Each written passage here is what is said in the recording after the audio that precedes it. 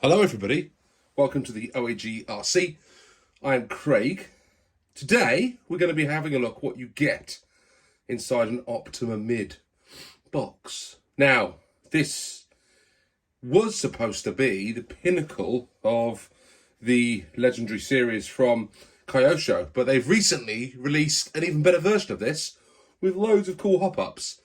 I don't have that one. I bought this one when it was on offer as they were getting clear of stock ready for the new one to come in. So I do feel a little bit gutted. However, because we run these and we don't put them on the shelf and keep them there, it's probably only fair that we've got this version rather than that limited edition. So I'll take the lid off and let's take a look what we've got inside the box. And there are some hop-ups in here that I've acquired as I've been going along the way.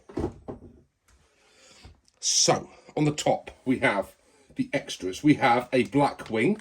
And the reason I bought a black wing is because I'm going to do something very similar to my Ultima with it. So, we've got a similar set of orange wheels. They do look slightly brighter. And a black wing, which will go on the back of it.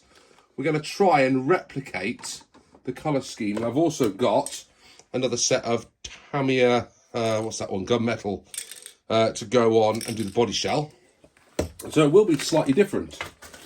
I've got a undershell, or an under tray, that goes to protect the bottom chassis of the Optima as it's running on our Orchard Raceway.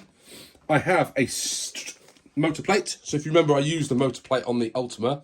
Well, it's a gunmetal motor plate to go on this particular model. I've got a set of stabiliser arms to put on. I have a HD steering link upgrade with the ball bearings. I've got a set of rear and front shock springs so we can set up different shock strengths.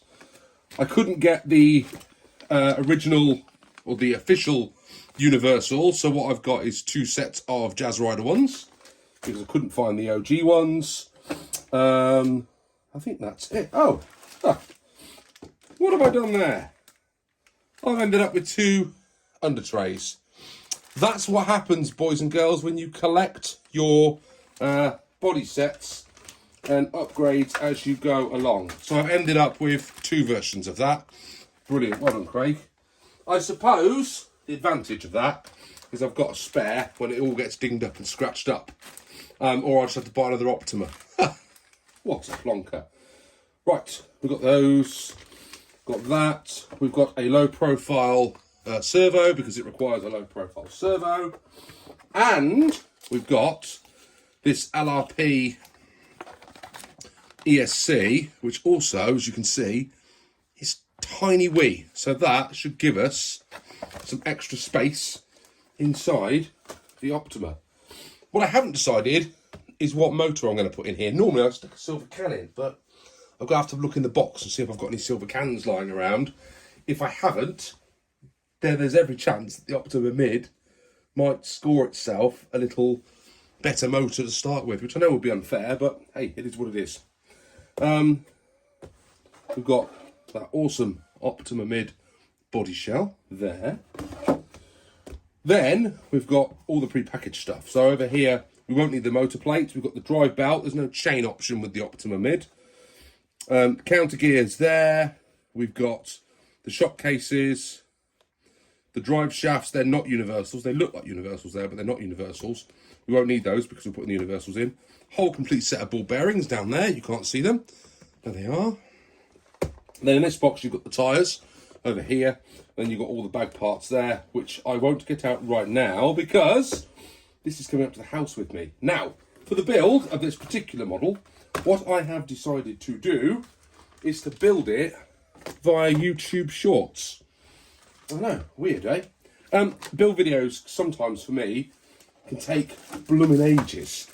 And they take a lot of time to film them and edit them and make sure you're happy with them. So what I've decided to do for this particular one is to do it all via Shorts. So I will stick them up one at a time as we go along with the build.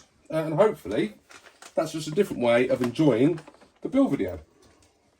And then once it's built and the body is all sprayed up and the final model's done, I will bring back and do a short video explaining how it's all gone. How does that sound to you?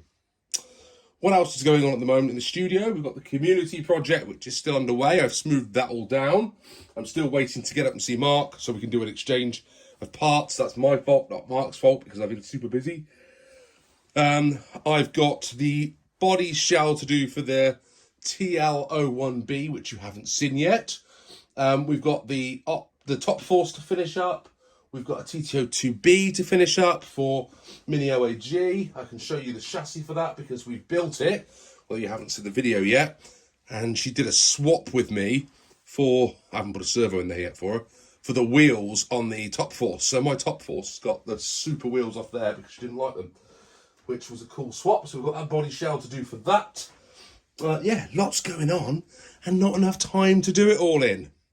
And we've also got to somehow get out on the track and start prepping for next season. So I am going to be a very, very busy boy. But that's all we've got for right now. I shall put the lid back on there, take this up to the house, and I hope you all enjoy the shorts over the next couple of weeks as we build this beautiful RC up. Thanks for watching, guys. See you all soon. Bye for now.